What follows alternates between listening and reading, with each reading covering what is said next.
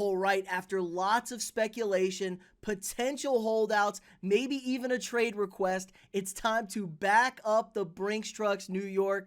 And big guys need loving too, as the Jets and all-pro defensive tackle Quinnen Williams agreed to a massive 4-year, $96 million contract, tying him to the team to the 2027 season. This is a huge, huge deal for him. There was a lot of speculation that Williams would potentially be holding out, maybe even a trade request. We know he wanted this contract. He's entering his 5th season in New York after being drafted 3rd overall by the Jets back in 2019. And he's been very, very productive for them. Really broke through last year, making his first Pro Bowl and his first All-Pro appearance after 12 sacks. Was an absolute dominant force on one of the best defenses in the league. And the Jets just said, we could not let this piece go. Our defense is too good with outstanding young talent. We're really not paying anybody quite yet. Let's get this money out in front.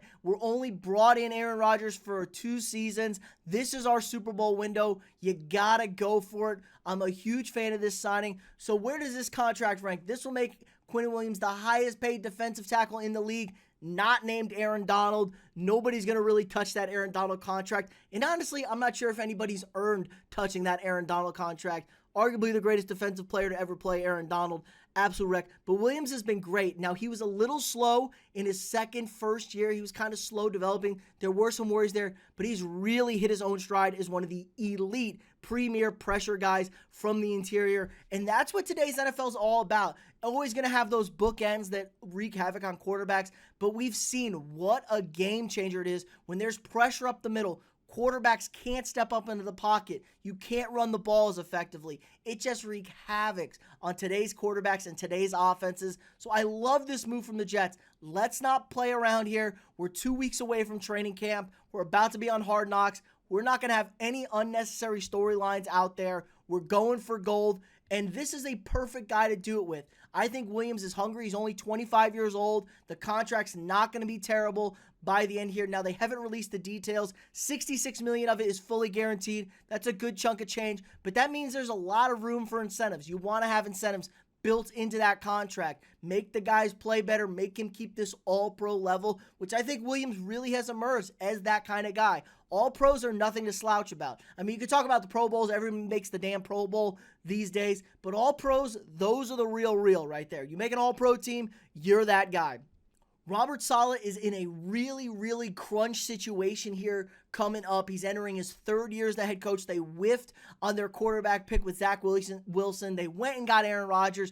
You got to have this team in. You got to go all in. Push everything into the middle. Now, you still have great young guys like Garrett Wilson and Sauce Gardner. So when this thing doesn't work out and you potentially blow it up, you can sign those 2 guys and maybe start back quicker than the Jets are used to. But this is a team that's got the longest playoff drought in the NFL. They haven't been in the playoffs since 2011 when they made it to the AFC Championship game with Mark Sanchez and Rex Ryan. It's a long drought, and it looked like the Jets were going to break it last year, but they were 7-10. They collapsed down the stretch with the lack of quarterback play, and they really believed that they were just a quarterback away, and bringing in a revitalized, rejuvenated, pot-smoking hippie Aaron Rodgers is going to get them to the promised land.